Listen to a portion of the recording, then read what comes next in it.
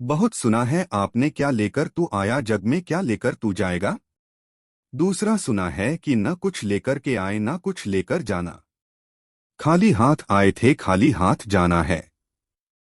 पर वास्तव में यह सब झूठ है। हम लेकर के आते भी हैं और लेकर के जाते भी हैं। खाली हाथ न तो आते हैं और न खाली हाथ जाते हैं। जन्म के साथ ना तो मुट्ठी बंद आती है जिसमें कुछ हो, और मृत्यु के समय न मुट्ठी खाली होती है जिसमें कुछ भी ना हो। यह केवल भौतिक हाथों के विषय में कहा जाता है, लेकिन भौतिक हाथ मृत्यु के समय जाते ही नहीं। हाथ कर्मेंद्रिय होते हैं और कर्मेंद्रिय सूक्ष्म रूप में आत्मा के साथ जाती हैं। ऐसे में एक स्वाभाविक प्रश्न उठता है कि आत्मा जब इस शरीर को त्यागता है अथवा जन्मांतर करता है तो कौन कौन सा पदार्थ या द्रव्य इस आत्मा के साथ जाता है। ज्ञानी, विद्वान एवं ऋषि तथा दार्शनिक आचार्यों ने इसका उल्लेख देते हुए कहा है कि जब यह आत्मा इस शरीर को त्यागता है तो 5 कर्मेंद्रियों का सूक्ष्म स्वरूप अंतःकरण में व्यापक हो चुका होता है, और इस शरीर को त्यागने के बाद जिसे हम सूक्ष्म शरीर कहते हैं, इसमें 5 ज्ञानेंद्रियां, मन, बुद्धि, 5 प्राण और 5 प्रकृति के सूक्ष्म महाभूत, इन 17 तत्वों को माना जाता है। उस समय यह सभी आत्मा के साथ सूक्ष्म रूप में साथ जाते हैं।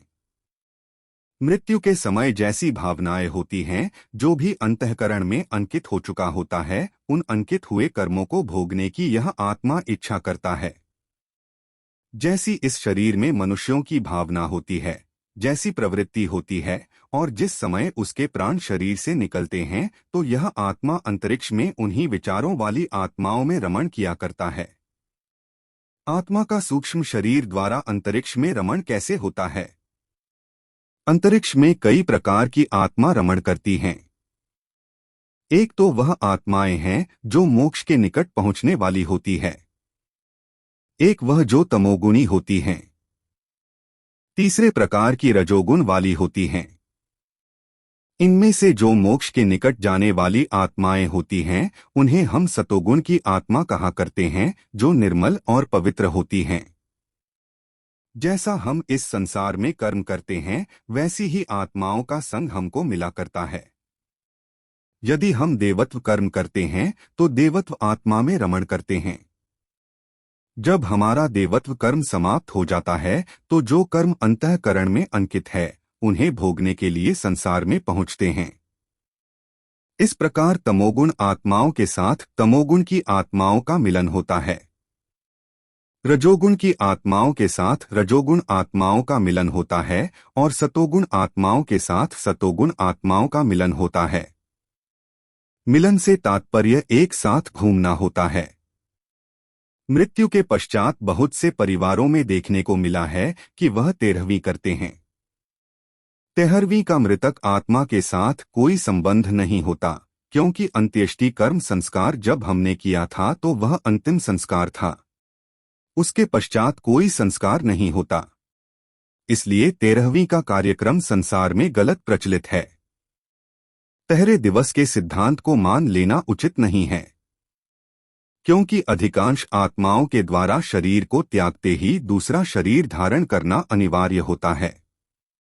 जबकि कुछ ऐसे भी प्रमाण मिलते हैं कि जहां 100 वर्ष से भी अधिक समय तक आत्मा अंतरिक्ष में भ्रमण करती हैं।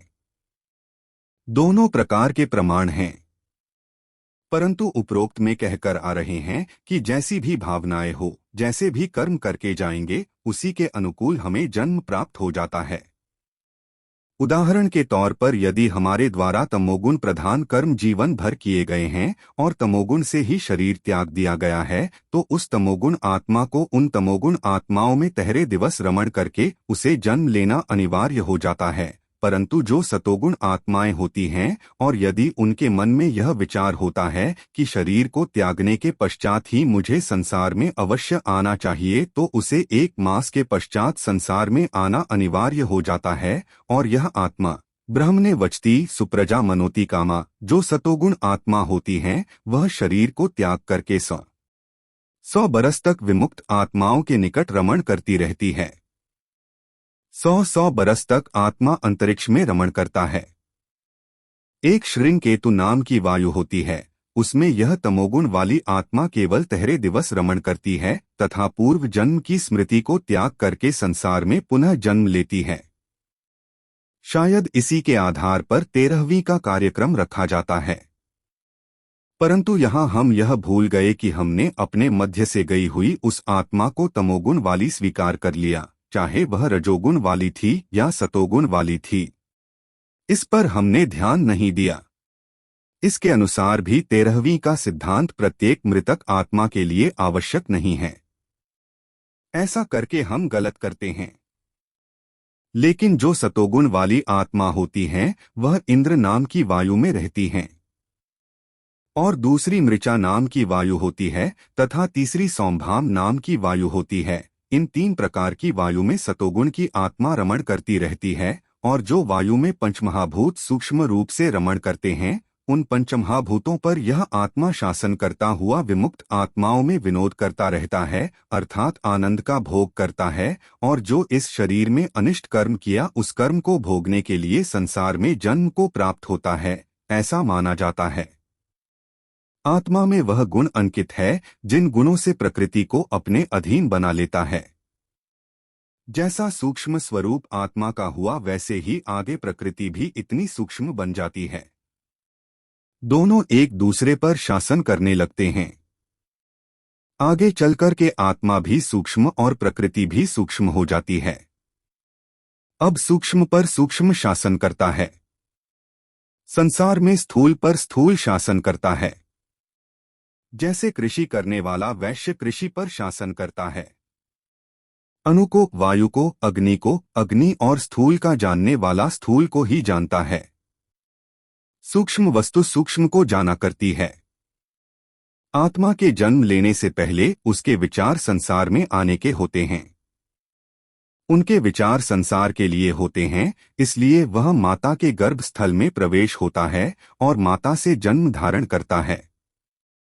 जब माता ने पालन पोषण किया तो वह उन कर्मों को करने के लिए उद्यत हो गया, यह प्रवृत्ति उसकी रहती है।